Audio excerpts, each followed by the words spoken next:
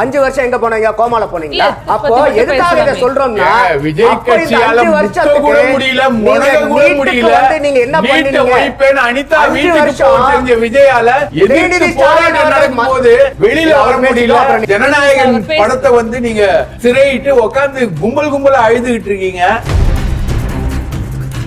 Besmanical Jewelry Grand Royal Tours presents Behind Its Face Off, the digital debate show powered by Raj Mahal Silks Madurai. Food எங்க இருந்து வருது? பங்களாதேஷ்ல இருந்து food order பண்றாங்க, Arabian கண்ட்ரீஸ்ல இருந்து food order பண்றாங்க, கத்தார்ல இல்ல மாணவர்கள் மேல முத்திரை குத்தல நீங்க புரிஞ்சுக்கணும். மாணவர்களுக்கு நடுவுல வந்து இடையில வந்து இவங்க போடுறாங்க. எங்க எது நடந்தாலும் அதுக்குள்ள வந்து தேச துரோகிகள் வந்துட்டாங்க, சைனீஸ் வந்துட்டாங்க, பாகிஸ்தான் வந்துட்டாங்க அப்படின்றது வந்து பாஜகவுடைய வழக்கமான புலம்பல். அவர் ரெசிக்னேஷன் வந்ததுக்கு அப்புறம் அந்த மெம்பர் போய் சொல்றாரு, இந்த மாதிரி தர்மேந்திர பிரதான் ராஜினாமா பண்ணிட்டாரு, இந்த போராட்டம் இது மேல முடிய போகுதுன்னு சொன்னோன்னா அங்க இருக்கிற யாருமே ஒத்துக்கல. அப்பதான் சிஜேபிக்கே தெரியுது, ஐயோ என்னடா இவங்கெல்லாம் நமக்கு ஆதரவு கொடுக்க வந்தாங்கன்னு பார்த்தா அப்பதான் அவங்களுக்கே புரிஞ்சிருக்குது இது வந்து நீட்டுக்கு அதான போராட்டம் இல்ல, இது விஜய் எதிர்ப்பு போராட்டம். நீட் தேர்வை ரத்து செய்ய வலியுறுத்துறோம் அப்படின்னு இருக்கும். இப்போ இங்க பாலன் இல்லத்துல போராடுறதுனால நீட் விலக்கிட முடியுமா? மெரினால போராடி தாங்க ஜல்லிக்கட்டு கேன்சல் பண்ணாங்க. ஒரே நிமிஷம், அந்த 7.5ல கவர்மெண்ட் ஸ்டூடெண்ட்ஸை விட வேற யாரும் போக முடியாதுங்கிறதுனால தான் அந்த 82ங்கிறது அடுத்த ஆண்டு 217 மாறுது. அதற்கு முன்பாக இருந்ததை விட ஏறத்தாழ 2.5 டைம்ஸ் குறைவாக இருந்தது நீட் இன்ட்ரடியூஸ் ஆன அந்த காலகட்டம் என்பது. இது டிஎம்இனுடைய டேட்டா பிளஸ் கூடுதலாக ஏகேராஜன் கொடுத்திருக்கக்கூடிய டேட்டா. இந்த 7.5 வருது, அதுலேயே அரசு பள்ளி மாணவர்கள் போவதற்கு நீட் இருக்குன்னா ஏன் 7.5 வந்துச்சு? 7.5க்கு தேவையே இல்லாம தான் அதுலயே எனார்மஸா சஃபிஷியண்டா அதுக்கு முன்னாடி இருந்ததை விட போனாங்கன்னா ஏன் 7.5? நீட் எக்ஸாமுக்கு முன்னாடி பணம் இருந்தா மட்டும் தான் உங்களால வந்து மருத்துவர் ஆக முடியும். ஆனா இப்போ அந்த 50% இடஒதுக்கீடு வழியாவும் அரசு பள்ளி மாணவர்கள் நுழையலாம். அது இல்லாம மேனேஜ்மெண்ட் கோட்டாலையும் 7% வழியா அரசு பள்ளி மாணவர்கள் போலாம். இவ்வளவு ஆப்பர்ச்சுனிட்டி இருக்கும் பொழுது நீங்க எப்படி வந்து இத பேசிட்டு இருக்கீங்க? கோடி ரூபாய்க்கு கம்மி பணம் இருந்தா உள்ள நுழைய முடியுமா? நீட்டுக்கு முன்பாக அங்க பணம் இருக்கிறவர்கள் 12ஆம் வகுப்பு அதுல மார்க்கே குறைவாக இருந்தாலும் உள்ள போயிட்டு இருந்தாங்க. இங்க நீட்ல பாஸ் பண்ண பிறகும் இந்த இருக்கக்கூடியவர்கள் கேப்பபிலிட்டி அஃபோர்டபிலிட்டிங்கிறது ஃபேக்டரா இருக்கா இல்லையாங்கிறது தான் விஷயமா இருக்கு. அன்னைக்கு நீட்டு வந்தது என்னமோ அரக்கனா வந்துச்சு. ஐயா செங்கோட்டையன் தான் அப்ப கல்வி அமைச்சர். 12 வருஷமா நம்ம கல்வி திட்டம் மாத்தாம இருக்குன்னு மாத்துறாங்க. இதுல ஐயா எடப்பாடியார் அவர்கள் 7.5% உள்ளதுக்கீடு கொண்டு வராரு. 21, 22 544, 22, 23 610. அரக்கனா வந்த நீட் இன்னைக்கு தேவதையா மாறி இருக்குங்க. விஜய் அவர்களும் சரி, தாவேகா தரப்பிலும் சரி, நீட் வேண்டாம். விஜய் அவர்கள் சொன்னால் என்ன, யாரு சொன்னால் என்ன, இதுதான் புள்ளி விவரத்தை நான் கொடுக்கிறேன். நேயர்களுக்கு வணக்கம். பிஹைண்ட் இட்ஸ் ஃபேஸ் ஆஃப் விவாதமேடைக்கு வரவேற்பது நான் மஞ்சுளா கோவிந்தன். நீட் தேர்வினுடைய வினாத்தாள் கசிவை தொடர்ந்து காக்ரோச் ஜனதா பார்ட்டி நடத்திய ஒரு போராட்டத்தினுடைய விளைவாக ஒன்றிய கல்வி அமைச்சராக இருந்த திரு தர்மேந்திர பிரதான் அவர்கள் தற்போது பதவி விலகியதை தொடர்ந்து அவர்கள் நடத்தப்பட்ட போராட்டமானது வாபஸ் பெறப்பட்டிருக்கு. இருப்பினுமே நீட் தேர்வை முழுமையாக ரத்து செய்வது மட்டும்தான் ஒரே முடிவு அப்படிங்கிற ஒரு காரணத்தை முன்னெடுத்து தமிழ்நாட்டில் இருக்கக்கூடிய பல்வேறு இடங்களில் போராட்டமானது தொடர்ந்து நடைபெற்று வருகிறது. இந்த ஒரு சூழல்ல மாணவர்களுக்கு தேவை ஃபேர் நீட்டா அல்லது பேன் நீட்டா என்ற தலைப்பையொட்டி விவாதிக்க நம்முடைய 4 சிறப்பு விருந்தினர்கள் இணைந்திருக்கின்றனர். பத்திரிகையாளர் தாமோதரன் பிரகாஷ் அவர்கள், அரசியல் விமர்சகர் நந்தகுமார் அவர்கள், பத்திரிகையாளர் புன்னைவளவன் அவர்கள், பாஜகவிலிருந்து சுமதி மேகவர்ணம் அவர்கள். அனைவருக்கும் வணக்கம். சுமதி மேம், உங்ககிட்ட இருந்து ஆரம்பிக்கலாம் அப்படின்னு நினைக்கிறேன். மாணவர்களுடைய போராட்டம் எதற்காக அந்த போராட்டத்தை முன்னெடுத்தாங்களோ அந்த போராட்டமானது வெற்றி பெற்றுச்சு. தர்மேந்திர பிரதான் அவர்கள் வந்து பதவி விலகிட்டாரு. இதெல்லாத்தையுமே பார்க்கும்பொழுது பாஜகவினுடைய அரசிற்கு ஒரு பின்னடைவு ஏற்பட்டிருக்கு இந்த ஒரு சூழ்நிலையில் அப்படின்னு நம்ம எடுத்துக்கலாமா? இது பாஜகவுக்கெல்லாம் பின்னடைவு கிடையாது. பாஜக வந்து எந்த அளவுக்கு மாணவர்களோட உணர்வுகளுக்கு மதிப்பளிச்சிருக்காங்க அப்படின்றத நம்ம பார்க்கணும். இதுக்கு முன்னாடி காங்கிரஸ் ஆட்சி காலத்தில் எத்தனையோ எக்ஸாம்ஸ் நடந்தப்போ எவ்வளவோ வந்து இது மாதிரி கொஸ்டின் பேப்பர் லீக் ஆனது, முறைகேடுகள் நடந்தது, இது எல்லாமே நடந்துகிட்டு தான் இருந்தது. ஆனால் அதுக்காகலாம் எதுக்கும் ஒரு விரலை கூட யாருமே அவங்க வந்து காங்கிரஸ் சார்ந்தவங்க அசைச்சது கிடையாது. ஆனால் பாஜகவில் இந்த முறை நீட் எக்ஸாமுக்கு இந்த மேலே வந்து இந்த மாதிரி கொஸ்டின் பேப்பர் லீக் ஆகிடுச்சு அப்படின்னு உடனே இமீடியட்டாக என்டிஏல வந்து அதை வெளியிட்டுட்டு உடனடியாக அந்த எக்ஸாமை ரத்து பண்ணிட்டு உடனடியாக வந்து தேதி மாற்றி ரீடெஸ்ட் பண்ணுறாங்க. அதுலேயே வந்து இந்த போராட்டம்லாம் ஆரம்பிக்கிறதுக்கு முன்னாடியே தர்மேந்திர பிரதான் அவர்கள் என்ன சொல்லிட்டாங்கன்னா, நம்ம எவ்வளோதான் ஸ்ட்ரிக்டாக இது பண்ணாலும் அந்தந்த மாநிலங்களில் ஏதோ பிரச்சனை இருக்குது, அந்த மாநிலத்துக்குள்ளே இந்த மாதிரி கொஸ்டின் பேப்பர் லீக் ஆகிடுது, ஸோ அடுத்த முறை இன்னும் ஸ்ட்ரிக்டாக இது பண்ணி ஆன்லைனில் நம்ம வந்து டெஸ்ட் வைக்கிற மாதிரி மாற்றுவோம் அப்படின்றதெல்லாம் வந்து சொல்லியிருந்தார். அப்படி இருந்தும் கூட இந்த உண்ணாவிரத போராட்டம் இது எல்லாமே நடந்தது நம்ம எல்லாமே பார்த்தோம். ஸோ அவர் வந்து அவரோட இதிலே தெளிவாக சொல்லியிருக்காரு, மாணவர்களோட உணர்வுக்கு நான் மதிப்பளிக்கிறேன், அதே நேரத்தில் மாணவர்கள் நியாயமாக போராடின மாணவர்களுக்கு நடுவில் சில ஊடுருவற்காரர்களும் உள்ள புந்துட்டாங்க. அவங்களோட அஜெண்டா வந்து இந்தியாவில் ஒரு கலவரத்தை தூண்டணும், இந்தியாவில் ஒரு பெரிய பிரச்சனையை உண்டு பண்ணணுங்கிறதுக்காக தான் அவங்களோட அஜெண்டா, அவங்க அதுபடி நடந்துட்டு இருக்காங்க. அதுக்கு அப்பாவி மாணவர்கள் இரையாயிடக்கூடாது அப்படின்ற ஒரு மிகப்பெரிய கன்சர்ன்ல அவர் இதுக்கு நான் முழு தார்மீக பொறுப்பெடுத்து நான் வந்து அதை ரிசைன் பண்றேன்னு சொல்லியிருக்காரு. அது மட்டுமல்ல, பாரத பிரதமர் மோடி அவர்கள் அந்த நீட் எக்ஸாம் எழுதுகிற ஸ்டூடெண்ட்ஸ் அட்ரஸ் பண்ணுறதுக்காக அவரே வீடியோ போட்டு பர்சனலாக எக்ஸ்பிளைன் பண்ணுறாரு, என்ன நடந்திருக்கு, நாங்கள் என்னென்ன ரெமெடியல் மெஷர்ஸ் எடுத்திருக்கோம், இதுக்குன்னு ஒரு சிறப்பு மசோதா கொண்டு வர போகிறோம், சப்போஸ் இது மாதிரி தப்பு செஞ்சுருக்காங்கன்னா உங்களுக்கு நாள் கழிச்சு இந்த மாதிரியான ஆக்ஷன்ஸ் எடுக்கிறோங்கிற ஒரு விஷயம் இல்லை. இது வந்து அந்த கொஸ்டின் பேப்பர் லீக் ஆனோடனே இமீடியட்டாக சிபிஐ கிட்ட அதை ஹேண்ட் ஓவர் பண்ணிட்டாங்க. அது மட்டும் இல்லாமல் ஒரு 47 பேர் மேலே நடவடிக்கை எடுக்கப்பட்டிருக்கு. எல்லாமே நடந்துக்கிட்டு தான் இருக்கு. ஸோ இப்போ நீங்கள் வந்து ஒரு கட்டத்துக்கு மேலே நம்ம கையை மீறி போகுது. இல்லை கை மீறி போகிறது சிச்சுவேஷன்ல தான் ஆக்ஷன் அப்படி கிடையாதுங்கம்மா. நீங்கள் இதுக்கு முன்னாடியே இந்த போராட்டம்லாம் நடக்கிறதுக்கு முன்னாடியே அங்கே சிபிஐ கிட்ட போயிருச்சு அந்த வழக்கு. என்னன்னு விசாரிக்க ஆரம்பிச்சிட்டாங்க. ஒவ்வொருத்தவங்களையும் அந்த யார் யார் மேலெல்லாம் அவங்களுக்கு வந்து இது வந்துச்சோ அவங்களெல்லாம் சஸ்பெண்ட் பண்ணுறது, அதிகாரிகள் மேலே நடவடிக்கை எடுக்கிறது, இதெல்லாம் நடந்துகிட்டே தான் வந்துட்டு இருந்தது. அப்போ இவங்க இந்த போராட்டம் அப்படின்னு வரும்பொழுது இந்த போராட்டத்தின் வழியா வேற அந்நிய கண்ட்ரிகளோட நாடுகளோட டீப் ஸ்டேட்ஸ் இவங்களோட இன்ஃப்ளூயன்ஸ் இதுக்குள்ள இருக்கு அப்படின்ற ஒரு அலர்ட் வந்ததுக்கு அப்புறம் தான் ஓகே இதை வந்து நம்ம ரொம்ப சென்சிட்டிவா ஹேண்டில் பண்ணணும். ஏன்னா ஜென்சி கிட்ஸ் வந்து இதுல வந்து இன்வால்வ் வராங்க. திரும்ப ஒரே குற்றம் நடக்குது அப்படிங்கிறது எந்த விதத்துல சரியா இருக்கும்னு நினைக்கிறீங்க? திரும்ப நடக்கிறது இல்லைங்கம்மா. நீங்க யோசிச்சு பாருங்க, இதே கேள்வியை நீங்க எப்படி கேட்கலாம். சோ இதை வந்து ஏற்கனவே நடந்தது இல்லையா லீக்? அந்நிய நாடுன்னு அந்த வார்த்தையை தான் நான் கேட்கிறேன். ஆமா, அது உண்மைதானேங்கம்மா. அப்படிதானே நடந்துகிட்டு இருக்கு. நீங்க பாருங்க, இங்க ஃபுட் ஆர்டர் பண்றதுக்கு ஃபுட் எங்க இருந்து வருது? பங்களாதேஷ்ல இருந்து ஃபுட் ஆர்டர் பண்றாங்க, அரேபியன் கண்ட்ரீஸ்ல இருந்து ஃபுட் ஆர்டர் பண்றாங்க, கத்தார்ல. இல்ல மாணவர்கள் மேல முத்திரை குத்தல நீங்க புரிஞ்சுக்கணும். மாணவர்களுக்கு நடுவுல வந்து இடையில வந்து இவங்க பூர்றாங்க. நீங்க வந்து இப்ப நேத்து வந்து டெல்லி போலீஸ் வந்து ஒரு ரிப்போர்ட் அனுப்பியிருக்காங்க, ஒரு FRS. இருங்க 400 கிரிமினல்களோட முகங்கள் கூடியதா இருக்கும். ஆமா, ஏமா பங்களாதேஷ் கொடி எங்க கையில வச்சிருக்காங்க, ஆப்கானிஸ்தான் கொடி கையில வச்சிருக்காங்க. அர்த்தமா? அப்ப நீங்க யார் கொடி வச்சிருப்பாங்க? இந்தியாக்குள்ள நீங்க ஒரு போராட்டம் நடத்துறீங்க, பங்களாதேஷ் கொடி வச்சிருக்காங்க. நீங்க வீடியோ எடுத்து வந்திருக்கு பாருங்க, கையில வந்து ஒரு பாலஸ்தீன் கொடியை ஒருத்தர் வச்சிருக்காரு, இன்னொருத்தர் ஆப்கானிஸ்தான் வச்சிருக்காங்க. நிறைய வீடியோக்கள் வந்துச்சு, எதுலயுமே பங்களாதேஷ் கொடி. நான் உங்களுக்கு அந்த வீடியோ அனுப்புறேன், நீங்க வேணா பாருங்க. அப்ப அந்த கொடியை எதுக்கு வச்சிருக்கீங்கன்னா உடனே மறைக்கிறாங்க ஒருத்தவங்க வீடியோ எடுத்துட்டு போனோன்னு. அதுல அங்க போயிட்டு வந்து ஆர்டிகல் 370 நீக்கணும்னு சொல்லிட்டு ஒரு கோஷம் போடுறாங்க. மோடியை வந்து நேபாளத்துல நடந்த போல இங்கே நடக்கும் அப்படின்லாம் வந்து பேசுறாங்க. அப்ப இது மாதிரியான வீடியோக்கள் எல்லாமே வந்துட்டு இருக்குன்னா இவங்க மாணவர்கள்னு நீங்க நினைக்கிறீங்களா? மாணவர்கள் ஒரு நீட் எக்ஸாமுக்காக ப்ரிப்பேர் ஆகிற மாணவர்கள் இந்த மாதிரிலாம் பேசுவாங்க? மாணவர்கள் வந்து ஒரு காவல்துறை அதிகாரி மேல வந்து பெப்பர் ஸ்ப்ரே அடிக்கிறது, சிஆர்பிஎஃப் விமன் சிஆர்பிஎஃப் உங்களை வந்து புடிச்சு இழுத்து மாலஸ் பண்ணி சரியா முதல்ல யார் வந்து ப்ரோவோக் பண்ணாங்கன்னு நீங்க புரிஞ்சுக்கணும். எந்த இடத்துலயும் இல்லமா ரெஸ்பான்சிபிள் மிக்க ஒரு பொசிஷன்ல அந்த இடத்துல யார் இருக்கா? காவல்துறை. ஒரு நிமிஷம் நீங்க புரிஞ்சுக்கோங்க. ஒரு காவலரை கூட்டத்துல தெளிவான வீடியோ அபிஜித் திர்கே வந்து பேசிக்கிட்டு இருக்காரு. அப்போ ஒரே ஒரு காவலர் நடுவுல நிக்கிறாரு, அவரை சுத்தி வளைச்சு அத்தனை பேர் அடிக்கிறாங்க. அப்போ அவர் இது பண்றதுக்காக சிஆர்பிஎஃப் உள்ள வந்து அப்பதான் ஃபர்ஸ்ட் லத்தி சார்ஜ் ஸ்டார்ட் ஆகுது. அப்போ ஒரு காவலரை எதுக்காக நீங்க தாக்குவீங்க? ஒரு மாணவர்கள் செய்வாங்களா அந்த வேலையை?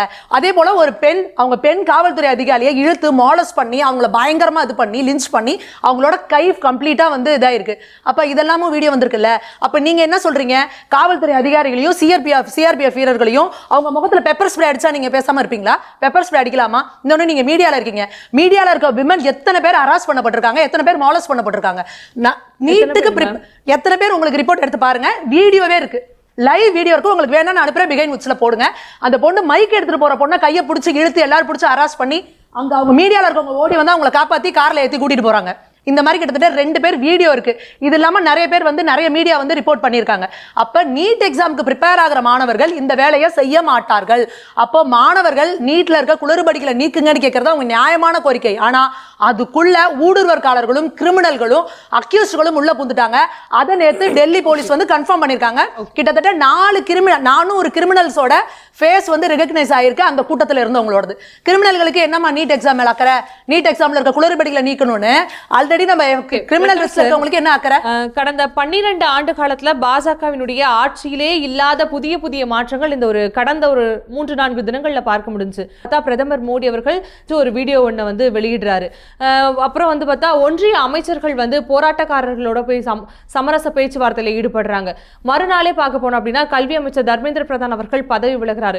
இந்த மாதிரியான செயல்பாடுகள் அடுத்தடுத்து நடக்கும் பொழுது இத்தனை வருடங்கள்ல இல்லாத மாதிரி மோடி அவர்கள் என்ன திடீர்னு இந்த அளவுக்கு இறங்கி வராரு அப்படிங்கிற ஒரு கேள்வியோட சேர்ந்து குழப்பமும் ஏற்படுது. அதாவது இவங்க எல்லாரும் வந்து தேச துரோகிகள். புல்வாமாவில் வந்தாலும் அவங்க தேச துரோகிகள், எங்கே எது நடந்தாலும் அதுக்குள்ளே வந்து தேச துரோகிகள் வந்துட்டாங்க, சைனீஸ் வந்துட்டாங்க, பாகிஸ்தான் வந்துட்டாங்க அப்படின்றது வந்து பாஜகவுடைய வழக்கமான புலம்பல் அது. ரைட்டுங்களா? இந்த போராட்டத்தில் வந்து ஈடுபட்ட மாணவர்கள் அவங்க சைட்லேருந்து சொல்லக்கூடிய விஷயங்கள் நீங்கள் பார்த்தீங்கன்னா முழுக்க இன்றைக்கி சுப்ரீம் கோர்ட்டில் வந்து ஆர்கியூமெண்ட்டை நான் சொல்கிறேன். நான் வந்து வீடியோலாம் பார்த்து பிஹைண்ட் ரூட்ஸில் போடலாம் சொல்ல, சுப்ரீம் கோர்ட்டில் வந்து ஆர்கியூமெண்ட்ஸை நான் சொல்கிறேன். சுப்ரீம் கோர்ட்டில் என்ன சொல்கிறாங்கன்னா, ஆர்கியூமெண்ட்டில் என்ன யூஸ் பண்ணியிருக்காங்க, சிஆர்பிஎஃப் பெல்லட் புல்லட் யார் மேலே யூஸ் பண்ணுவாங்கன்னா, பொதுவாக வந்து இந்த காஷ்மீரில் கல்லடிக்கிற ஒரு டீம், அந்த டீமுக்கு அகெயின்ஸ்டாக யூஸ் பண்ணுறது தான் பெல்லட் குண்டு. அதுக்கப்புறம் இன்னொரு பாம் யூஸ் பண்ணியிருக்காங்க. அதாவது நீங்கள் வந்து அடிச்சிங்கன்னா உங்களுக்கு வந்து ஒரு குறிப்பிட்ட வோல்ட் மின்சாரம் வந்து தாக்கும் உடம்பில், அந்த மாதிரி விஷயங்கள் யூஸ் பண்ணியிருக்காங்க. ரைட்டுங்களா? அது இல்லாமல் ஆர்எஸ்எஸ் படை ஒன்று முழுக்க திரண்டு வந்து நின்று அடிச்சிருக்காங்க போராட்டக்காரர்களை. அப்படியா சார்? அந்த கேளுங்க, அது ஆர்எஸ்எஸ் படை தான் எப்படி சொல்ல முடியும்? அது எப்படின்னா, இன்ஸ்டாகிராமில் அவங்களுடைய ஃபேஸ் எல்லாம் ரெக்கக்னைஸ் பண்ணிவிட்டு இந்த டீம் போய் அவங்க வீட்டுக்கு போயிருக்கு, மாணவர்கள் படை. இதில் வந்து ஈடுபட்ட மாணவர்கள் வந்து பெரிய அளவுக்கு ஈடுபட்டிருக்காங்க. அஸ்ஸாமில் ஒருத்தர் மந்திரியாக இருக்கார், அவர் வந்து ஆர்எஸ்எஸ்காரர். அவருடைய மகள் வந்து இந்த போராட்டத்தில் நின்று கோஷம் போட்டிருக்காங்க. அதாவது பிஜேபி இது வரைக்கும் நம்பிக்கிட்டு இருந்தது வந்து ஒரு middle class, upper middle class, அதோட பூமிங் தான் வந்து நரேந்திர மோடி. அண்ணா ஹசாரே உண்ணாவிரதம் அதோட அந்த சோஷியல் மீடியாவோட பூமிங் தான் வந்து தாமோதரதாஸ் மோடி. அந்த சோஷியல் பிளாட்ஃபார்மில் இன்றைக்கி வந்து நின்று போராடின மாணவர்கள், இப்போ தீப்கே வந்து ஒரு மகாராஷ்டிராவுடைய தலித். இன்னொரு பெருமை தீப்கே விஷயத்தில் நமக்கு இருக்குதுன்னா, அவர் வந்து ஒரு local news media reporter, Maratha டெய்லியுடைய லோக்கல் ரிப்போர்ட்டர். ரைட்டுங்களா? அதுக்கப்புறம் ஒரு பாஸ்டனுக்கு வந்து ஒரு ஸ்பான்சர்ஷிப் போட்டு போகிறாரு. ஆம் ஆத்மி கட்சியுடைய சோஷியல் மீடியா இன்சார்ஜாகவும் இருக்கார். இப்படி போகிறாரு. ஸோ இந்த போராட்டங்களுடைய வேகம் நீங்கள் எப்படி புரிஞ்சுக்கணும் அப்படின்னா, இந்த நீட் இன்ஸ்டிடியூஷன்ஸ்க்காக, நீட் கோச்சிங்க்காக இந்தியாவில் செலவிடப்படக்கூடிய தொகை என்பது 35,000 கோடி ரூபாய் செலவிடப்படும். ரைட்டுங்களா? இந்த நீட் வந்து 22 lakhs எழுதுகிறாங்க, 11 lakhs பாஸ் பண்ணுறாங்க, 1,30,000 வேக்கன்சிஸு, அதில் வந்து 64,000 கவர்மெண்ட்டு, அது ஓகே. பாக்கி இருக்கக்கூடிய 63,000 வந்து ப்ரைவேட். நீட் பாஸ் பண்ணால் போதும், அவங்கள வந்து நீங்கள் செலக்ட் பண்ணிக்கலாம். அதுக்கு எவ்வளோ வேணால் பணக்கார பசங்கக்கிட்ட டொனேஷன் வாங்கிக்கலாம். முன்னாடி வந்து துண்டு சீட்லலாம் எழுதி வாங்குவாங்க, அதெல்லாம் கிடையாது. இப்போ லீகலாகவே நீங்கள் வாங்கிக்கலாம். இன்கம் டேக்ஸ் கவரேஜும் உங்களுக்கு இருக்குது. ரைட்டுங்களா? அந்த அளவுக்கான ஒரு இந்த நேஷ்னல் டெஸ்டிங் இன்ஸ்டிடியூஷன் இருக்கு இல்லையா, இதுதான் வந்து இந்த நீட்டை வந்து கண்டக்ட் பண்ணுது. மொத்தம் ஒரு 35 பேர், அதில் 14 பேர் தான் பர்மனன்ட் ஸ்டாஃப், 50 பேர் வந்து டெபுடேஷன் அண்ட் டெம்பரரி ஸ்டாஃப். இவங்க கண்டக்ட் பண்ணக்கூடிய இந்த எக்ஸாம் இது வந்து ஒரு மிகப்பெரிய மோசடி. அதனால தான் தமிழ்நாட்டில் நம்ம சொல்கிறோம் பேன் நீட். ரைட்டுங்களா? இங்கே நீட்டை வந்து முறைப்படுத்துங்கள்னு வட இந்தியாவில் வரக்கூடிய கோஷங்கள் வந்து வேறு.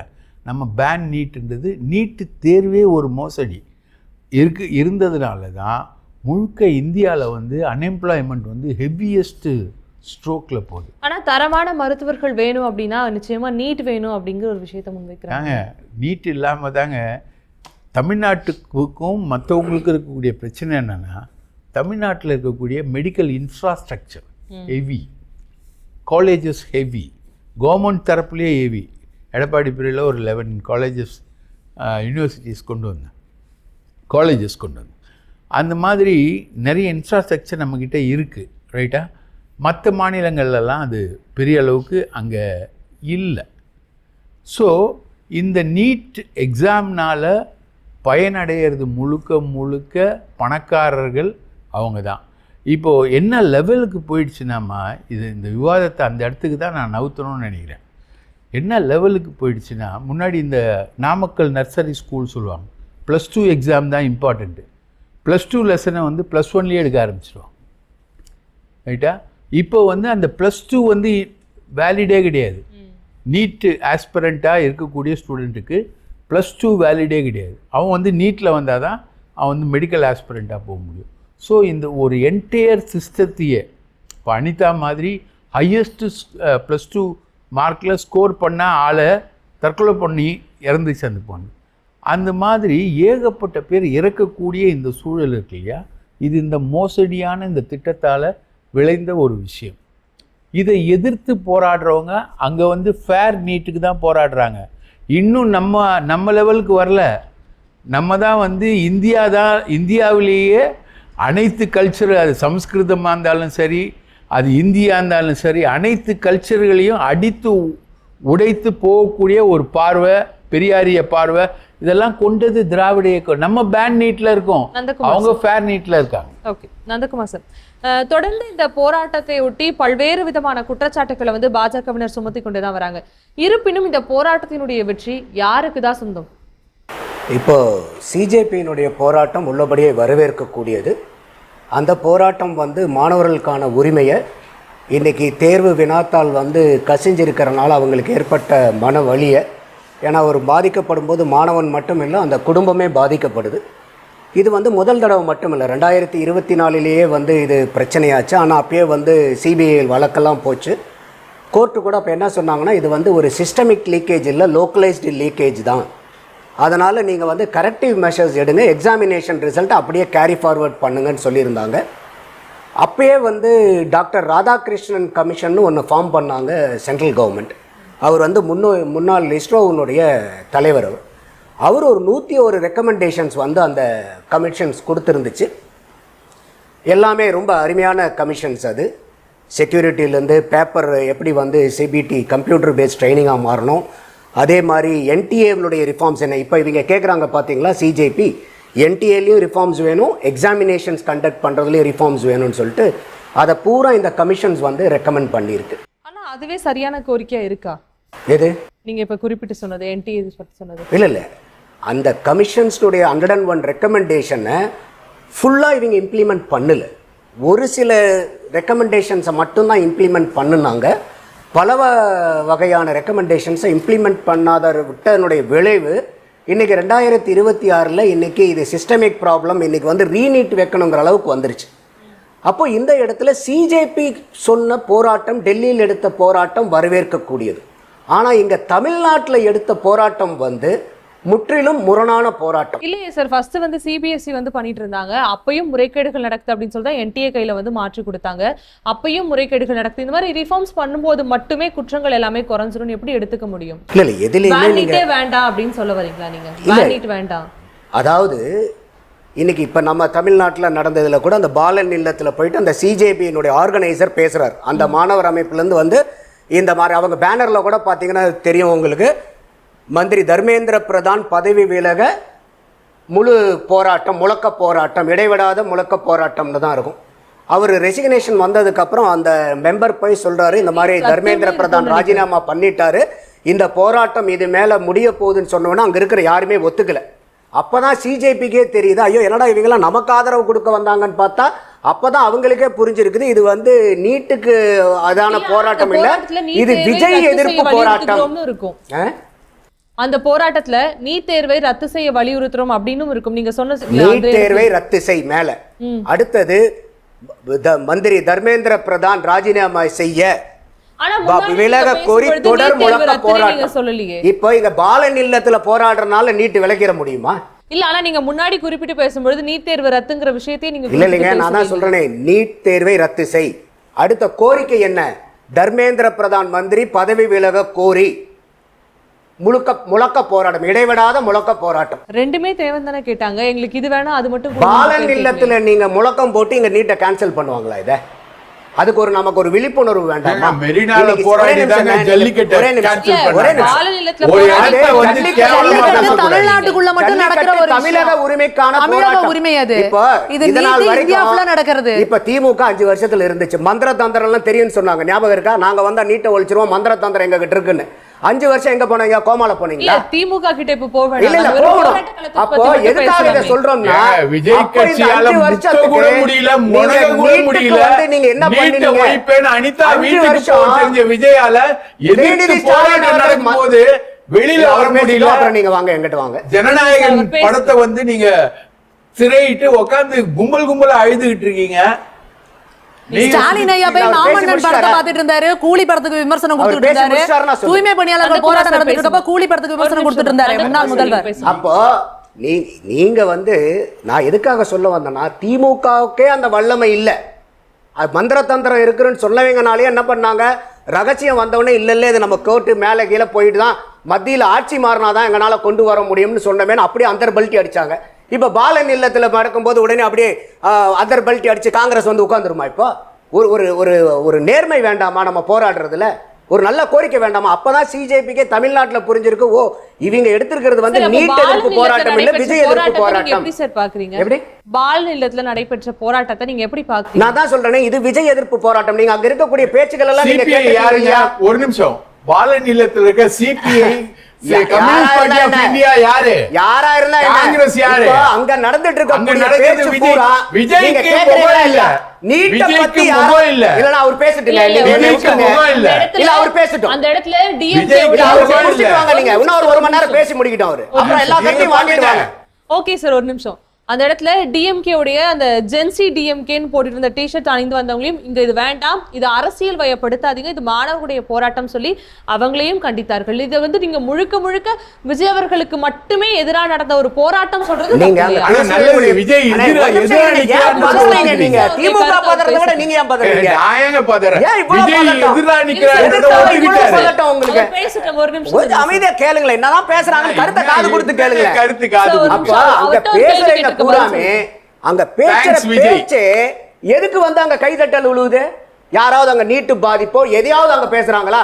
உடனே இங்க வந்து பாருங்க, ஜனநாயகம் படம் பார்த்துட்டு வந்தாங்க, அங்க போனாங்க, இங்க இருக்கிற கூட்டம் எப்படி, அங்க இருக்கிற கூட்டம் எப்படி, விஜய பத்தி அங்க பேசி பேசிதானுங்க கைதட்டே அங்க வாங்குறாங்க. என்னங்க நீங்க அங்க பேசுனீங்க? அங்க சார், பெரிய அனிதா- முழக்கங்கள் அங்க எடுத்துட்டீங்களா? சார், நீட்காக மரணமடைந்த அனிதாவுடைய சகோதரர்ல இருந்து பல பேர் வந்து அந்த இடத்துல வந்து இங்க பேசியிருந்தாங்க. இருக்கிற எத்தனை பேர் பாதிக்கப்பட்ட மாணவருடைய குடும்பத்தை சார்ந்தவங்க வந்து சூப்பர். பேசுறாங்க. இது மொத்தமா நீங்க எப்படி விஜய் இங்க அவர்களுக்கு எதிரான இங்க சொல்லலாம்? இருக்கக்கூடிய எத்தனை பேர் வந்து அனிதாவுடைய பூத உடலுக்கு மாலை அனுப்பிச்சிட்டு வந்தீங்கன்னு எனக்கு தெரியாது. நான் போயிட்டு வந்தேன். அனிதாவுடைய பூத உடலுக்கு மாலை அனுப்பிச்சிட்டு அது வந்துட்டு கேள்வியே கிடையாது. சொல்றதை நீங்க கேளுங்க. அதை நான் சொல்ல வரல. அது அதை விஜய்க்கும் வந்ததுக்கு தகுதி, அப்புறம் அவருக்கும் தகுதி. நீட்டு வேண்டான்னு நான் ஒரு கட்டுரை எழுதினேன். ஏன்னா அன்னைக்கு நீட்டு வந்தது என்னமோ அரக்கனா வந்துச்சு. அதுக்கப்புறம் வந்து பாத்தீங்கன்னா, ஏன்னா நம்மளுடைய பாடத்திட்டம் 12 வருஷமா மாத்தாம இருந்து, ஐயா செங்கோட்டையன் தான் அப்ப கல்வி அமைச்சர், அவரே பேட்டி கொடுக்குறாரு, 12 வருஷமா நம்ம கல்வி திட்டம் மாத்தாம இருக்குன்னு மாத்துறாங்க. அடுத்தது 2020 ஐயா எடப்பாடியார் அவர்கள் 7.5% உள்ளொதுக்கீடு கொண்டு வராரு. உள்ளொதுக்கீடு கொண்டு வந்ததுக்கு அப்புறம் நான் உங்களுக்கு புள்ளி விவரங்களை சொல்றேன்.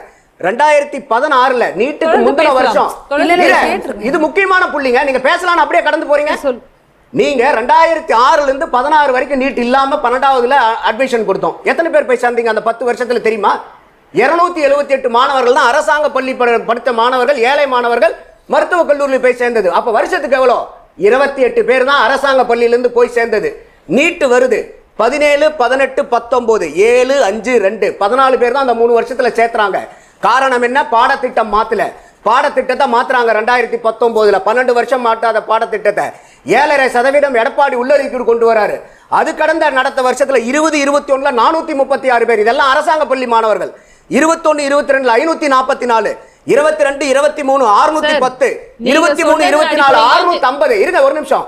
வருஷத்துக்கு 28 பேர். ஒரே நிமிஷம், உங்களுக்கும் சேர்ந்துதான் நான் பேசிக்கிட்டு இருக்கேன். ஏழை மாணவர்கள், ஏழை பெற்றோர்கள் புரிஞ்சுறதுக்காக பேசிட்டு இருக்கோம், நமக்குள்ளார சண்டை போறதுக்கு இல்ல. வருஷத்துக்கு 28 ஏழை மாணவர்கள் போய் சேர்ந்த இடத்துல இன்னைக்கு வருஷத்துக்கு 650 ஏழை மாணவர்களுக்கு இன்னைக்கு மருத்துவ படிப்பு, அதுவும் தனியார் கல்லூரியில கிடைச்சா கூட 5 பைசா நயா பைசா செலவு கிடையாது, அத்தனையும் தமிழக அரசாங்கம் கட்டுது. இப்ப நீங்க சொல்லுங்க, பேன் நீட் வேணுமா தமிழ்நாட்டுக்கு? நான் அதான் வேண்டாம். அரக்கனா வந்த நீட் இன்னைக்கு தேவதையா மாறி இருக்குங்க. விஜய் அவர்களும் சரி தாவேகா தரப்பிலும் சரி நீட் வேண்டாம் விஜய் அவர்கள் சொன்னால் என்ன, யாரு சொன்னால் என்ன, இது நான் புள்ளி விவரத்தை நான் கொடுக்குறேன். நான் 28 பேர் வருஷத்துக்கு போய் சேர்ந்துகிட்டு இருந்த சரி. ஏழை மாணவர்கள் இன்னைக்கு 650 பேர் போய் சேர்றாங்கன்னா நான் தான் சொன்ன ஆரம்பத்திலே சிஜேபியினுடைய போராட்டத்துக்கு என்னுடைய ஆதரவு உண்டு. ஏன்னா சரி சார். இன்னைக்கும் எக்ஸாமினேஷன்ல நிறைய மாறுதல் கொண்டு வர வேண்டிய கட்டாயம் இருக்கு. ஆனா பேன் நீட்டுனீங்கன்னா இந்த ஏழை மாணவர்கள் எல்லாம் வஞ்சிக்கிறீங்க. புள்ளி விவரத்தின் அடிப்படையிலே 7% சொன்னீங்க. அந்த 7% போதுமா?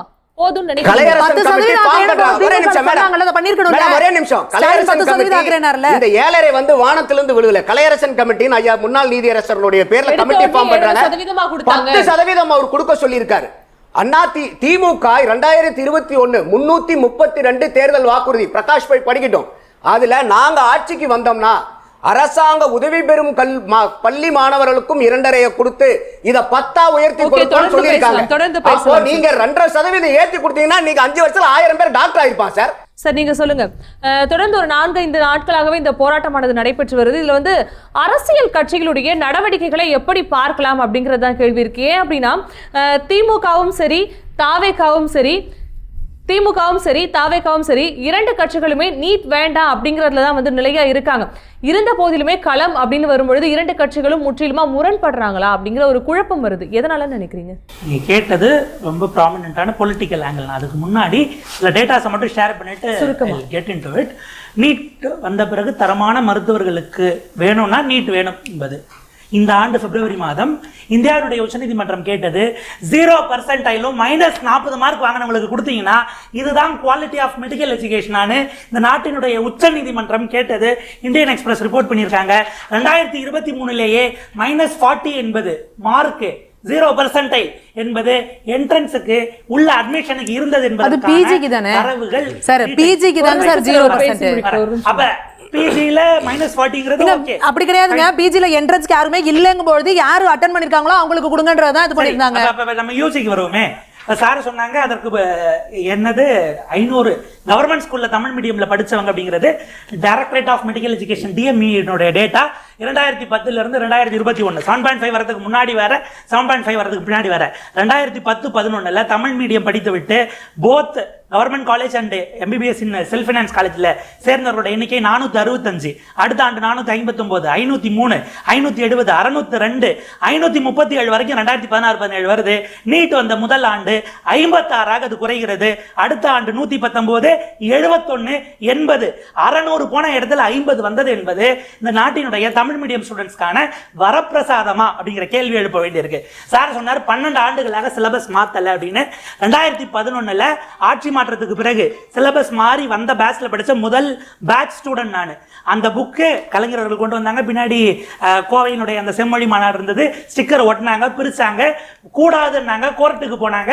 அதற்கு பிறகு செங்கோட்டையன் அவர்கள் பள்ளிக்கல்வித்துறை அமைச்சராக மாற்றியதுங்கிறது 7 ஆண்டுகள் தான், 12 ஆண்டுகள் இல்ல. இப்ப இல்ல நீட் 2011 10வது 12வது 12 வருஷம் வரைக்கும் மாத்தல, 7வது வரைக்கும் 7 வருஷம் மாத்தல. நீங்க இன்னைக்கும் அவருடைய பிரஸ் ரிப்போர்ட் இருக்குது, நீங்க போய் பார்க்கலாம். அடுத்த சுற்றுகளை நீங்க அதை ப்ரூவ் பண்ணுங்க. சிலபஸ் மாத்தி 10ஆம் வகுப்பு படிச்ச முதல் பேட்ச் நான் 2011 இருக்கட்டும். ஆனா அந்த 10வது 12வது அவரு கொடுத்த பேட்டி இன்னைக்கும் பொதுவெளியில் இருக்கு. 12 வருஷம் அதை வந்து பாடத்திட்டத்தை மாத்தலன்னு சொல்லி தான் மாத்திருக்காங்க. நான் சொல்றது 2011ல டிஎம்கே பீரியட்ல நேரடி சாட்சியா அவரே சொல்லிட்டாரு. நான் அமைச்சர் பேசுறத எடுத்துக்கிறதா, நான் புள்ளைவேலவன் பேசுறத எடுத்துக்கிறதா?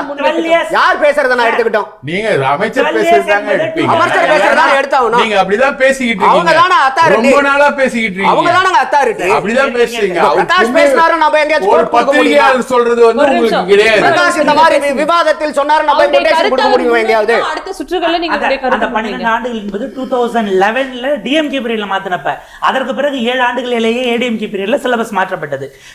7.5 இம்பாக்ட் வந்த பிறகுதான் அதுல அந்த 7.5ல கவர்மெண்ட் ஸ்டூடெண்ட்ஸை விட வேற யாரும் போக முடியாதுங்கிறதுனால தான் அந்த 82ங்கிறது அடுத்த ஆண்டு 217 மாறுது. அதற்கு முன்பாக இருந்ததை விட ஏறத்தாழ 2.5 டைம்ஸ் குறைவாக இருந்தது நீட் இன்ட்ரோடியூஸ் ஆன அந்த காலகட்டம் என்பது. இது டிஎம்இனுடைய டேட்டா, பிடி அசோசியேஷன்ல வாங்கினது, பிளஸ் கூடுதலாக ஏகே ராஜன் கொடுத்திருக்கக்கூடிய டேட்டா. இந்த 7.5 வருது. அதிலே அரசு பள்ளி மாணவர்கள் போவதற்கு நீட் இருக்குன்னா ஏன் 7.5 வந்துச்சு? 7.5க்கு தேவையே இல்லாம தான் அதுலயே எனார்மஸா சஃபிஷியண்டா அதுக்கு முன்னாடி இருந்ததை விட போனாங்கன்னா ஏன் 7.5? அப்ப 7.5 இல்லாம போனது 100க்கும் கீழே போனதுக்கும் இது அதை விட 6 மடங்கு இருந்தது என்பது மெரிட்டா என்கிற கேள்வியை நாம இந்த இடத்துல எழுப்ப வேண்டியிருக்கு. நீங்க இப்ப பொலிட்டிக்கல் ஆங்கிள்ஸ் நோக்கி நகர்த்துனீங்க. பொலிட்டிக்கல் பார்ட்டிஸ் எல்லாருமே அவங்களுக்கான விஷயங்களை எடுத்துக்கொண்டு இதுல என்ன ஸ்கோர் பண்ண முடியும் என்பதை நோக்கி நகர்ந்தார்கள். தாவேகா திமுக 5 ஆண்டுகள் நீட் ஃபார்முலானாங்க, கொடுக்க முடியல. அதை திரும்ப கேட்கப்பட்டது. அவங்களால நாங்கள் அதற்கு பிறகு ஆட்சி மாற்றம் வந்தால் என்றார்கள். இன்றைக்கு 2026 தேர்தலில் அவர்களுக்கு தக்க பாடம் புகட்டி மக்கள் தோற்கடித்து எதிர்க்கட்சியாக உட்கார வைத்திருக்கிறார்கள். தாவேகா இதுல எடுத்த ஸ்டாண்ட்ல ஹிப்போக்ரசி இருக்கா இல்லையா? இப்ப இந்த அமைச்சர் தர்மேந்திர பிரதான் பதவி விலகுவதனால் இதற்கு தீர்வு கிடைத்து விடுமான்னு அமைச்சர் CTR நிர்மல்குமார் அவர்கள் பேசினார். எனக்கு என்னன்னா இந்த நீட் தொடர்பான விஷயங்கள்ல ஒரு 2 ஆண்டுகளுக்கு முன்பாக முதலமைச்சர் விஜய் அவர்கள் கல்வி உதவித்தொகை வழங்கும் விழாவில் ஒரு விஷயம் பேசுறார். என்னுடைய தங்கை இறந்த அன்றைக்கு எனக்கு என்ன வலி இருந்ததோ அனிதா என்னுடைய மரணமும் எனக்கு அதே வலியை தான் ஏற்படுத்தியதுன்னு சொன்னார். இந்த ஆண்டு உயிரிழந்த 4 பிள்ளைகளுக்கு குறைஞ்சபட்சம் ஒரு கண்டலன்ஸ் நோட்டை அவருக்கு அந்த வலி அந்த உணர்வு நான் அதை கொச்சப்படுத்த விரும்பல, அது அவருடைய பர்சனல் விஷயமாக இருக்கும். குறைந்தபட்சம் ஒரு கண்டோலன்ஸ் நோட்டுக்கு கூட அவங்க இந்த தமிழ்நாட்டினுடைய பிள்ளைகள் இல்லையா, அவங்களுக்கு ஒரு கண்டோலன்ஸ் நோட்டு கொடுத்து ஒரு ரீல்ஸ் இந்த மாதிரி முயற்சி எடுக்காதீங்க, நம்ம எல்லாம் சேர்ந்து போராடுவோன்னு அந்த இடத்துல அஃபர்ம் பண்ண வேண்டிய குறைஞ்சபட்ச ரெஸ்பான்சிபிலிட்டியாக முதலமைச்சர் அதை எடுத்திருக்க வேண்டாமா? இது இரட்டை நிலைப்பாடாக இருக்காது. அப்ப நீங்க எதிர்கட்சியாக இருக்கும்போது இருந்த பிள்ளைகளை உங்களுடைய சொந்த ரத்தமாக பார்ப்பீர்கள், உங்களுக்கு பொலிட்டிக்கல் பாண்ட் இருக்கும். இதைத்தானே இதுக்கு முன்பாக திமுகவும் அதிமுகவும் அவங்க எதிர்கட்சியா இருந்தப்பவும் ஆளுங்கட்சியா இருந்தப்பவும் கஸ்டோடியல் டெத்ல தொடங்கி நீட்டு விவகாரத்துல இருந்து பிள்ளைகள் இருந்தால் அது நடந்ததாகவே காட்டிக்காம கடந்து போவாங்க. அந்த ஹிப்போக்ரசில இது எந்த வகையில் வேறுபட்டது என்கிற கேள்வி வருது. அப்ப இந்த இடத்துல தாவேகா அவங்களுடையது அவங்க ஒரு விஷயம் சொல்றாங்க, சூப்பர் கன்கரண்ட் லிஸ்ட் அப்படிங்கறத சொல்றாங்கன்னு நினைக்கிறேன். கரெக்டா? இதற்கே 400 வேண்டுமே மேல 2/3 இல்லாம நீங்க இருக்கக்கூடிய ஷெட்யூல்ஸ் கான்ஸ்டிடியூஷன்ல இருக்கக்கூடியதை மாத்தணும், புதிதாக ஒரு லிஸ்ட்டை கொண்டு வரணும்னா அதுக்கே 2/3 மெஜாரிட்டி வேணும். நம்மகிட்ட இருக்கக்கூடியது 40 சீட்டு தான். இப்போ பாஜகவினோட இடக்கமாக போவதன் மூலமாக அதை சாதிக்க முடியுமா? அதுக்கான பாசிபிலிட்டி என்ன இருக்கு அப்படிங்கிற ப்ரப்போசலை மேபி அவங்க இன்னும் கிளாரிட்டியா கொடுத்தா தெளிவா இருக்கும். ஆக இங்க நடந்ததுல இப்போ வரைக்கும் தாவேகா ராகுல் காந்தியினுடைய கைதை கண்டித்தார்கள் மிக நிச்சயமாக. ஆனால் அங்க டெல்லியில் நடைபெற்றது மோதல் என்கிற வார்த்தை தான் அவங்க பயன்படுத்தினாங்க. அதுக்கு அர்த்தம் 2 பேரும் ஈக்குவலி அமாங் ஈக்குவல்ஸா ஒரே அளவுக்கான பின்னாடி அவங்களுக்கான எய்தர் ஆர்ம்ஸ் இருந்தா ஆர்ம்ஸ் 2 பேரும் சமம்னு அவர் சமப்படுத்துறாரு. நமக்கு கேள்வி, அங்க காவல்துறை கண்டித்தால் இங்க நம்ம காவல்துறையினர் செய்வது அங்க இவங்க நடத்தின எக்ஸஸ கேள்வி எழுப்புவார்கள் என்பதற்காக அவர் அதை சொல்லலையா என்கிற கேள்வி வருது. ஊடுருவல்காரர்கள் கொடுத்து டெல்லியில பேசப்பட்டது. இதுல பாத்தீங்கன்னா டெல்லி போலீஸ் வந்தா இந்த போராட்டம் அது கைமீறி போனது, தடியடி பிரயோகம்னு நம்ம நினைச்சது டெல்லி போலீஸினுடைய தோல்வி நினைச்சோம். ஆனா பின்னாடி பாகிஸ்தான் இருக்கு, சைனா இருக்குன்னு போறத பார்த்தா MHA அதே போல MEA எக்ஸ்டர்னல் அஃபேர்ஸும் ஹோம் மினிஸ்ட்ரியும் சேர்ந்தே இது சர்வேலன்ஸ்ல கோட்டை விட்டுருக்காங்களா என்கிற கேள்வி இந்த இடத்தில் எழுகிறது. ஊடுருவல்காரர்கள் யார் பின்னாடி இருக்காங்களாங்கிறத நீதிமன்றத்தில் நிரூபிக்கட்டும். எனக்கு தெரிஞ்ச ஊடுருவல்காரர்கள் யார் தெரியுமா? மஃப்டி ட்ரெஸ்ல யாருன்னே தெரியாம மூஞ்ச மூடிக்கிட்டு போலீஸ் லட்டியோட பேட்டனோட போனாங்களே அவங்கெல்லாம் யாரு? போலீஸ் ட்ரெஸ்ல இருந்தவங்க எல்லாம் நேம் பேட்ச் இல்லாம இருந்தாங்களே, நேம் பேட்சை மறைக்கக்கூடிய அளவுக்கு அடையாளத்தை மறைக்கக்கூடிய அளவுக்கு என்ன தேவை வந்தது? இந்த இதுல 3 விஷயம். 48 மணி நேரத்துக்கு முன்னாடி இவங்க பார்லிமெண்ட் ரேலி போறாங்க. அதுக்கு 48 மணி நேரத்துக்கு முன்னாடி சோனம் வாங்சக் இருந்து அப்புறப்படுத்தும் போதே அந்த இடத்தில் டெல்லி காவல்துறையினர் உள்ள போறாங்க. அவங்க கிளம்புவதற்கு 15 மணி நேரத்துக்கு முன்பாக 144 பழையதில் 144 இப்போ 163 BNSSல 144 அமல்படுத்தப்படுகிறது. அந்த இடத்தை கட்டுப்பாட்டுக்கு நீங்க கொண்டு வரீங்க.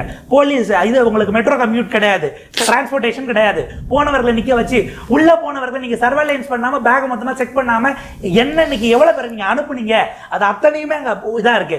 ஒரு இடத்துல ட்ரக்குக்குள்ள கல்லு வந்திருக்குன்னு யாரு ரிப்போர்ட் பண்றாங்கன்னா ப்ரொட்டஸ்ட்ல இருந்தவங்களே எடுத்து போட்டு இப்படியான இது நிக்குது, இது ஏன் நிக்குதுன்னு தெரியலன்னு பதிவு பண்ண 130 வீடியோக்கள் போலீஸ் எக்ஸஸ் இவங்க கொடுத்திருக்காங்க. அதை விட கூடுதல் வீடியோக்கள் இருந்தா இவங்க கோர்ட்ல கொடுக்கட்டும். என்னுடைய கேள்வி, இவங்க கல்ல காவல்துறை எதிர்பாராத நேரத்தில் கொண்டு வருகிறார்கள் என்றால் எதன் அடிப்படையில் லத்தில ஆணியோட பேட்டன்ஸ்ல ஷாக் கொடுக்கிற வகையில பெல்லட் கன்ஸோட எக்ஸ்பயர் ஆன கண்ணீர் புகை குண்டுகளோடு நீங்கள் தயாராக போனீர்களான்னு கேள்வி வருது.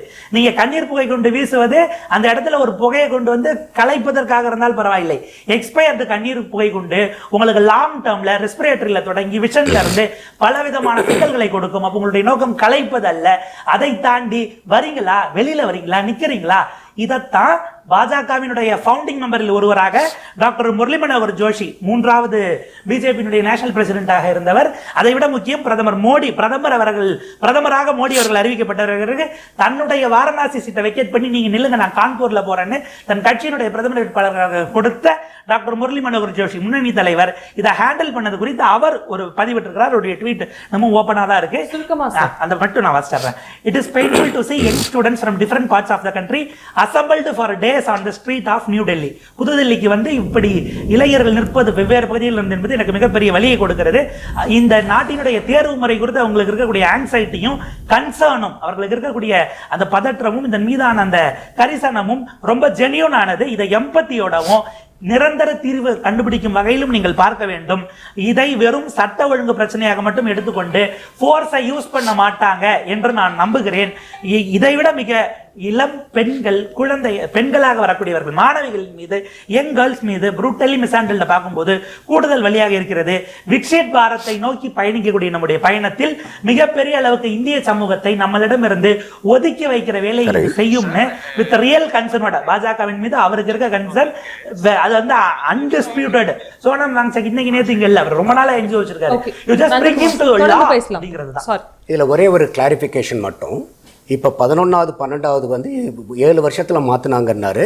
நீங்கள் வந்து school education department of school education policy note 2018-19 point number 11 அது 11ல் வந்து பார்த்தீங்கன்னா தெளிவாக சொல்கிறாங்க, the government has taken many initiatives in the recent past to improve quality of education and learning environment. Some of these initiatives are the curriculum and syllabus have been revised after a gap of more than 12 years for 11th and 12th standard. So just to correct. நான் சொன்னது என்னோட இல்ல நீட்டுங்கிறது நம்ம 12வது முடிச்சதுக்கு அப்புறம் எழுதுறதுங்கிறது தெரியும். So அப்போ இந்த நீட் இந்த சிலபஸை மாத்தினதுக்கு அப்புறம் மஞ்சுளா அதுக்கு அடுத்த வருஷம் வந்த தேர்வில் அதுக்கு முன்னாடி வரைக்கும் வந்து பார்த்தீங்கன்னா என்சிஆர்டி சிலபஸ்ல கொஸ்டின் ஃபார்ம் பண்ணிட்டு இருந்தாங்க. நம்ம அதுக்கு எதிர்ப்பு தெரிவித்து எழுதணும். அதுக்கப்புறம் சிலபஸ் மாற்றினதுக்கு அப்புறம் இமீடியட்டாக வந்த கொஸ்டின் பேப்பர்லேயே வந்து பார்த்தீங்கன்னா 97% ஆஃப் த கொஸ்டின்ஸ் நம்ம ஸ்டேட் சிலபஸ்லேருந்தே வந்துச்சுன்னு சொல்லிட்டு கிளாரிஃபிகேஷனே கொடுத்துருந்தாங்க. அப்போது நம்ம வந்தது என்னமோ அரக்கனாக தான் நீட்டு வந்துச்சு. ஆனால் இன்னைக்கு இருக்கக்கூடிய நான் ஏற்கனவே விளக்கண முறையில் பார்க்கும்போது இன்னைக்கு ஏழை மாணவர்களுக்கு, ஏழை பெற்றோர்களுக்கு இது ஒரு வரப்பிரசாதம். இன்னைக்கு ஒரு பூக்கடைக்கார அம்மா பிள்ளைங்க, ஆட்டோ டிரைவர் பசங்க, ஏழைப்பாளைங்கெல்லாம் இன்னைக்கு நீட் இருக்கிறனால நாங்கள் போய் எந்த அளவுக்கு நாங்கள் ஈஸியாக கல்லூரிக்கு போய் சேர முடியுதுன்றாங்க.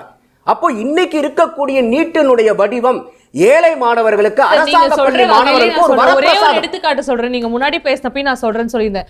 ஒரு தனியார் தொலைக்காட்சியில ஒரு புகழ்பெற்ற நிகழ்ச்சியில வந்து நீட்ல பாஸ் ஆன ஒரு மாணவி வராங்க. அந்த மாணவியினுடைய வெற்றி எப்படி இருக்குன்னா, செய்தித்தாள் முழுவதுமே அந்த மாணவியினுடைய வெற்றி இருக்கு.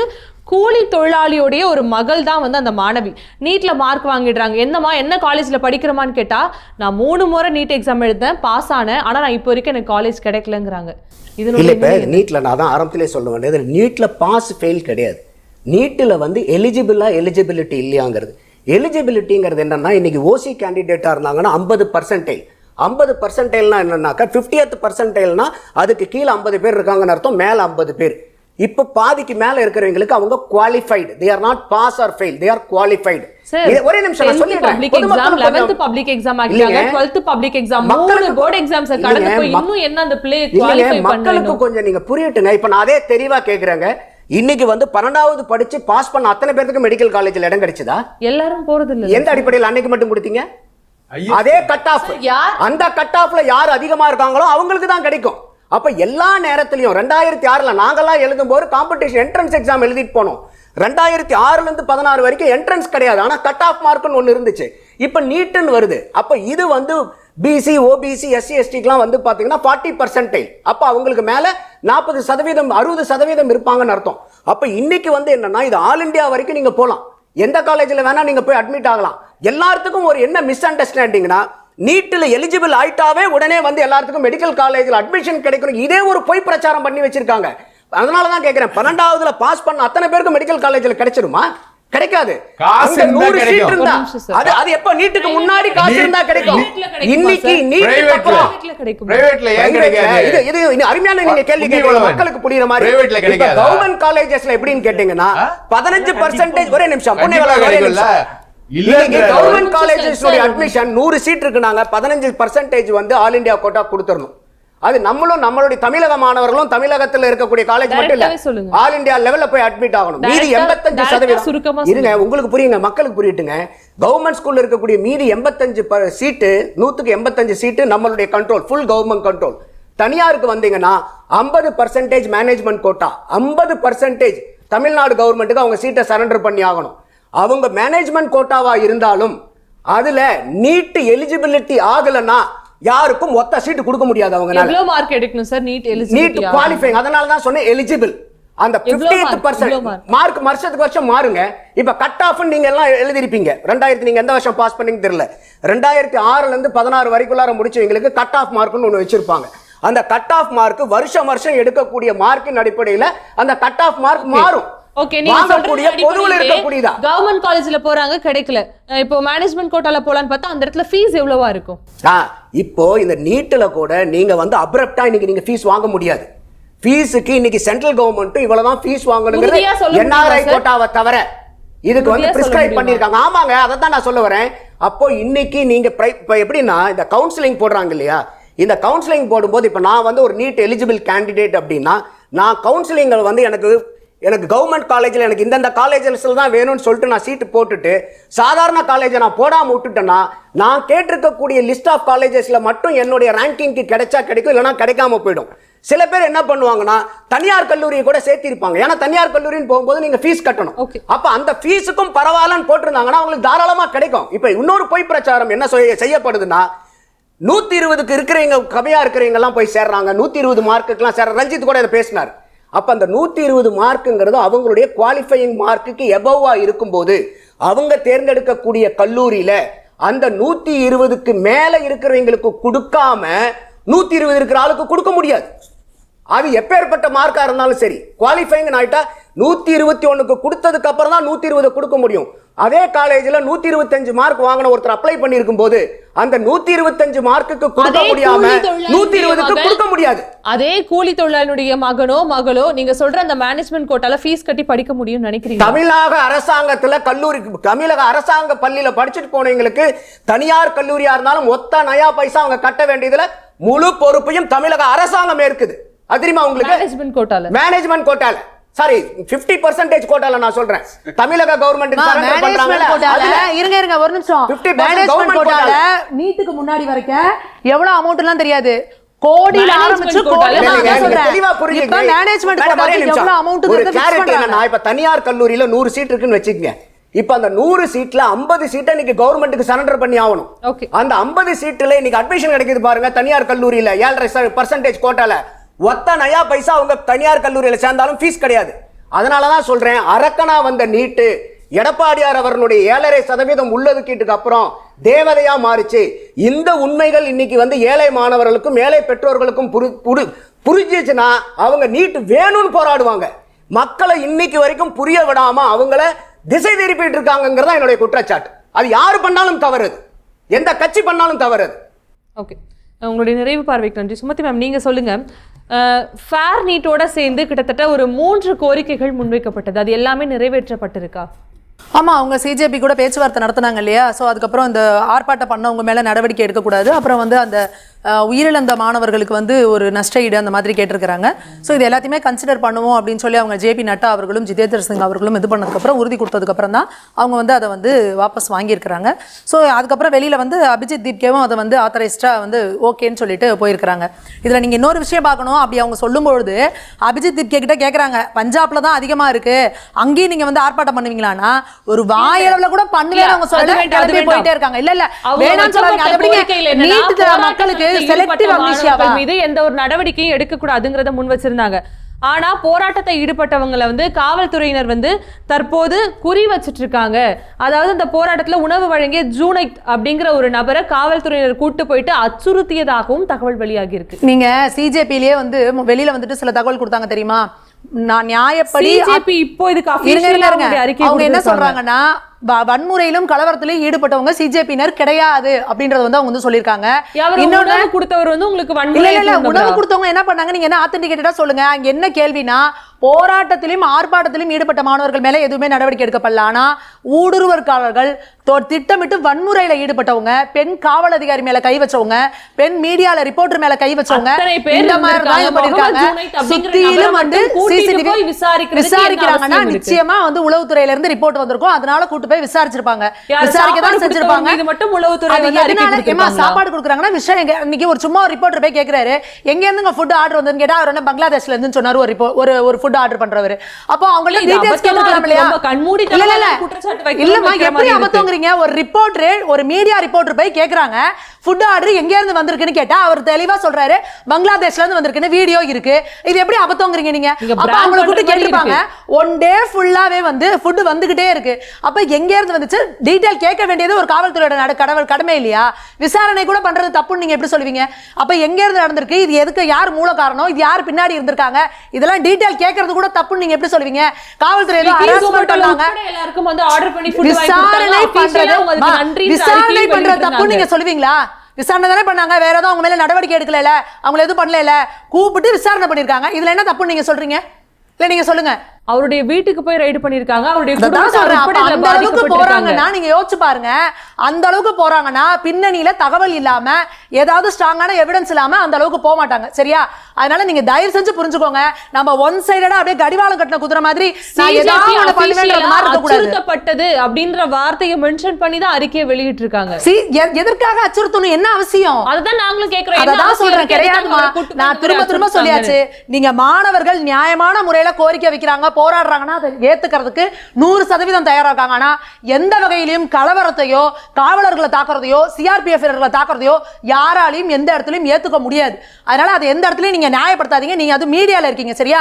அப்ப நாளைக்கு இங்க ஒரு தமிழ்நாட்டுல ஒரு போராட்டம் நடக்குறாங்க. இல்ல நீங்க தமிழ்நாட்டுல இப்ப பாடநிலத்துல ஆர்ப்பாட்டம் பண்ணிட்டு இருக்காங்க. நீங்க ஒரு மைக் எடுத்துட்டு போறீங்கன்னா இந்த மீடியால இருந்து போற ஒரு விமனை அரெஸ்ட் பண்றாங்க, இல்ல மோலஸ் பண்றாங்கன்னா அது நீங்க ஏத்துப்பீங்களா?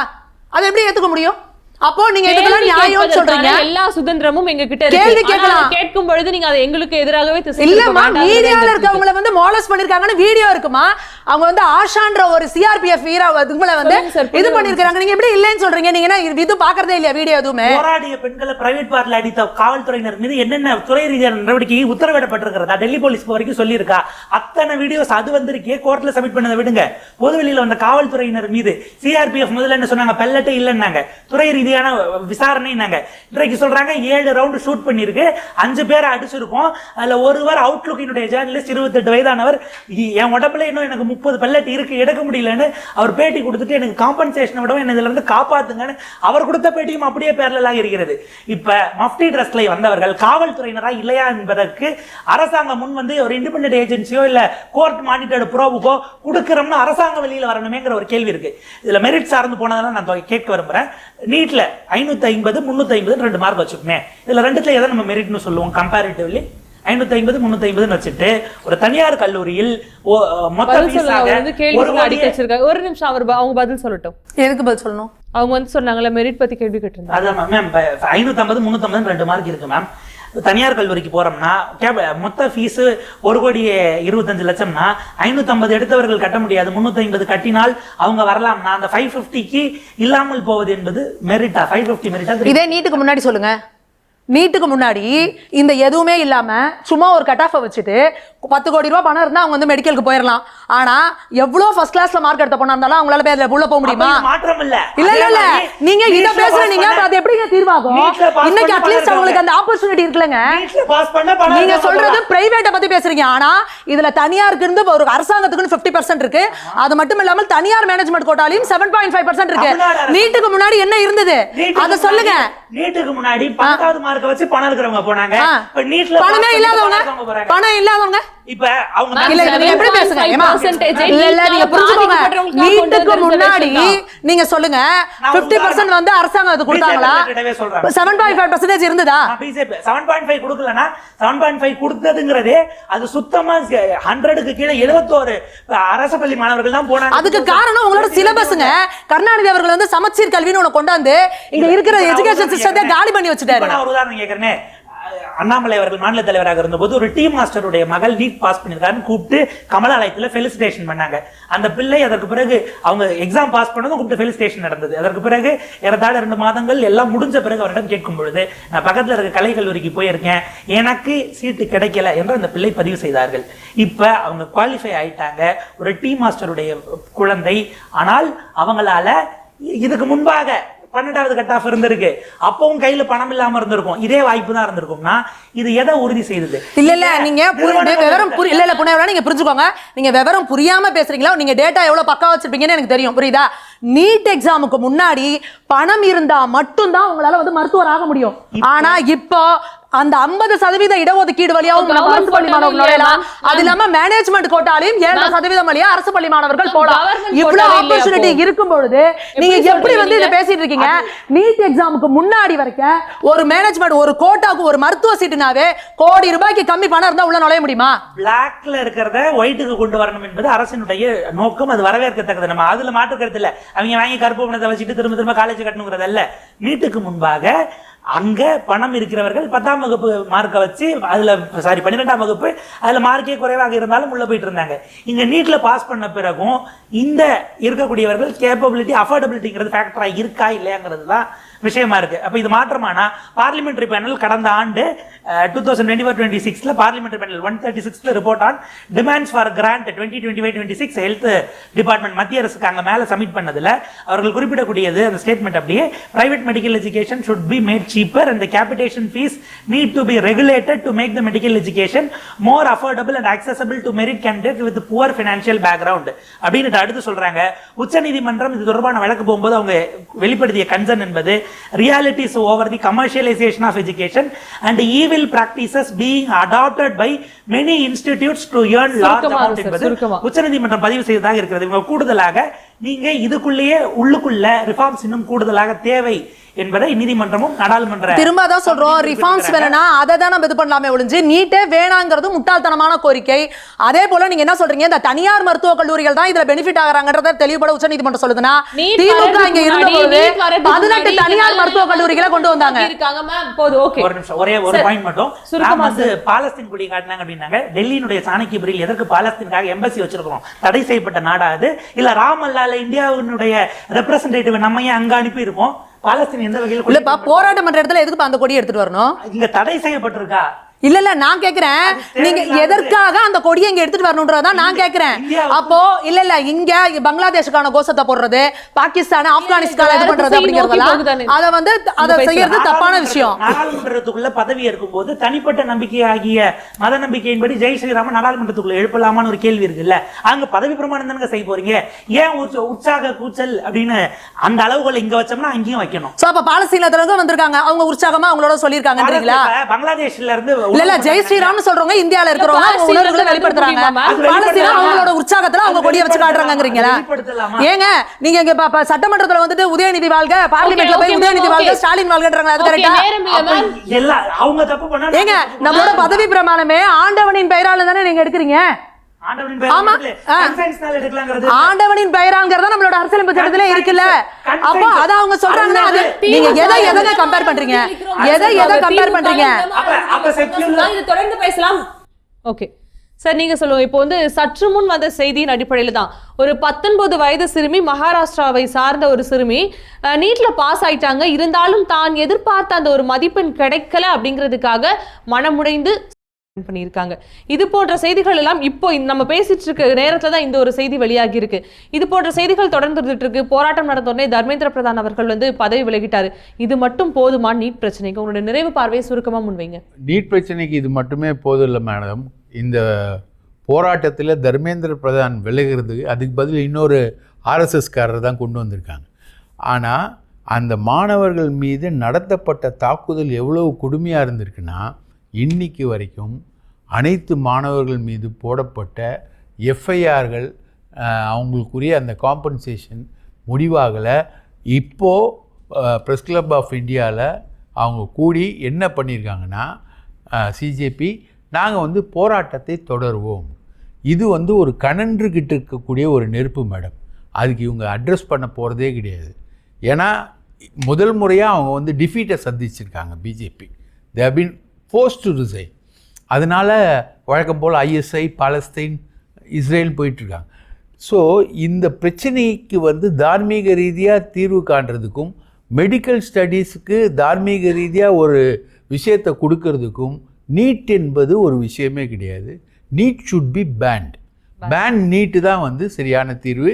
நீங்கள் பேன் நீட் இல்லாமல் ஃபேர் நீட்டுன்னு நீங்கள் சொல்ல முடியாது மேடம்.